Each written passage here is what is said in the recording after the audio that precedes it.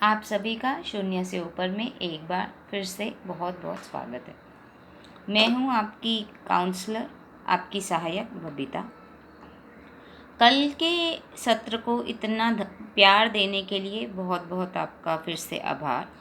कल का सत्र हमने ज़्यादा इंग्लिश भाषा में किया था। हमें कुछ फीडबैक्स आए हैं कि हमें गृहिणियों के लिए हिंदी में भी बताना चाहिए, इसीलिए हम कल की बात को ही रिपीट करेंगे हिंदी भाषा में। अब हम बात कर रहे हैं कि शून्य से ऊपर क्या है। शून्य मतलब कि शून्य अर्निंग हो सकती है, शून्य कमाना, शून्य जो आप अपनी रिस्पेक्ट फील करते हैं। शून्य कुछ भी शून्य हो सकता है, कोई भी गृहिणी शून्य नहीं है, लेकिन फिर भी हम शून्य फील करते हैं जब हम अकेले में बैठते हैं। क्यों फील करते हैं? क्योंकि हमें समझ में ही नहीं आता है कि हम कर क्या रही हैं। अब इसका सॉल्यूशन क्या है? सॉल्यूशन ये है कि हम गृहिणियों को खुद के लिए कुछ करना, सोचना सीखना पड़ेगा, जो कि हमने इतने समय से नहीं किया होगा। शायद 5 साल, शायद 10 साल या शायद 15 साल। अब हमें सोचना कहाँ से है कि हम कर क्या सकते हैं। आपको क्या पसंद है, आप वही काम कर सकते हैं। जैसे कि कोई गृहिणी कह सकती है कि हमें तो पेंटिंग पसंद है, हमें ड्राइंग पसंद है, या हमें गाना पसंद है, या हमें डांस करना पसंद है, या हमें घूमना पसंद है, या हमें खाना बनाना पसंद है और खाना खिलाना। तो आप वो ही कार्य कर सकते हैं जो कि आपको पसंद है। अब अगला सवाल ये आता है कि हम इसको करेंगे कब? तो आपको इसको अपने खाली समय में ही करना है। कौन सा खाली समय?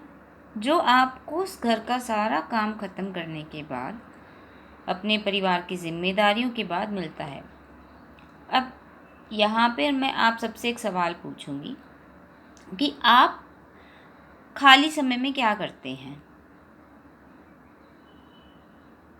कुछ लोग कहेंगे कि हम रेस्ट करते हैं, कुछ कहेंगे कि थोड़ा सा टीवी देख लेते हैं या थोड़ा सा फ़ोन देख लेते हैं।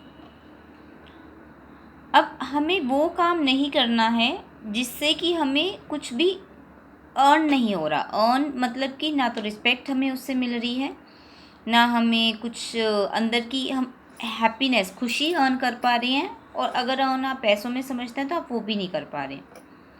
तो जिसको इंटरनल हैप्पीनेस चाहिए, खुशी चाहिए, या जिसको इज्जत चाहिए घर में, या जो भी है, पैसे चाहिए, अर्थ चाहिए, हम इसको अर्थ बोला है। गीता में भगवान ने इसको अर्थ बोला है। किसी को अर्थ चाहिए, तो ना ही आप अर्थ कमा पा रहे हैं। अब सबसे पहले आपको ये सोचना पड़ेगा कि आपको पसंद क्या है। अब इसको सोचेंगे कैसे? जब आप बचपन था आपका, या आपने जब कुछ नई कला सीखी होगी, आपको बहुत पसंद आई होगी करनी, आपने बहुत की होगी, और कुछ लोगों ने सीखी बनी, कुछ लोगों ने खुद से ही ड्राइंग शुरू कर दी, कुछ ने खुद से ही गाना शुरू कर दिया, तो उन्हें बहुत ही आनंद आता है। वो आज भी शायद गुनगुनाते होंगे खाना बनाते हुए।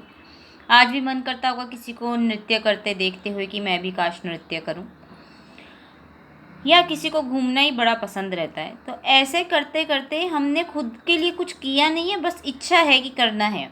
तो अब आप अपने 2 घंटे में उसी कार्य को करना प्रारंभ करें। बहुत ही आसान है। अपने लिए जो आपको चाहिए, छोटी सी ड्राइंग फाइल चाहिए, या आपको घूमने जाना है, तो आप कहाँ जाएंगे? अपने पास के पार्क में जाएंगे, अपने पास के मंदिर में जाएंगे, अपने बच्चों को लेके जाएंगे। अपने घर में अगर आपका कोई परिवारजन आपके साथ रहते हैं, आपके सास ससुर या कोई नाती रिश्तेदार, उनको लेके जाएंगे। खाना किसके लिए बनाएंगे? अपने घर वालों के लिए बनाएंगे। हमने अपने घर वालों के लिए भी अच्छा खाना बनाना छोड़ दिया रहता है। हेल्दी खाना जिसको हम बोलते हैं, कुछ अलग बनाना पसंद है, लेकिन क्योंकि उसमें मेहनत लगती है ना, तो आप अब वो करेंगे, उससे ही आपको रिस्पेक्ट मिलेगी। आज तो आपने खाना बहुत ही अच्छा बनाया है, क्या बात है, बड़े दिन हो गए ऐसा खाना नहीं खाया था। तो अब आपको वही चीज़ करनी है जो आपको पसंद है, और अपने ही समय पे करनी है, और अपने ही घर से करनी है। अभी भी अगर आपको कुछ समस्या है, कुछ प्रश्न है, कुछ भी आपको मेरे से पूछना है, तो मैं हूँ आपकी सहायक बबीता, 0 से ऊपर। आप मेरे को कभी भी फ़ोन कर सकते हैं। मैं हमेशा आपकी सहायता में तत्पर रहूँगी।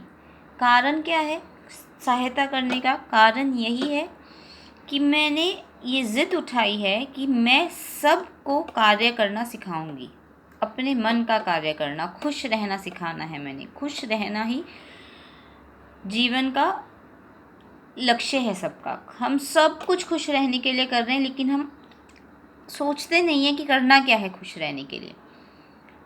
इसको गीता में काम कहा गया है। काम मतलब कि सामान, मटेरियल जो कि हमें चाहिए, जैसे कि सोफ़ा, बेड, बर्तन, कपड़े। उससे खुशी नहीं मिलती है। खुशी मिलती है कुछ कर्मा से, कुछ कर्म करने से। तो अब हमें वो करना है। अब हमारी मुलाकात अगले सत्र में होगी। तब तक के लिए सभी को जय श्री कृष्णा। सभी को मेरा बहुत बहुत प्रणाम। और आपको अगर मेरी बात अच्छी लगी हो, आप और सुनना चाहते हो, तो आप इसको सब्सक्राइब कर सकते हैं, लाइक कर सकते हैं, जिससे कि आपको वीडियो की नोटिफिकेशन मिलती रहेगी।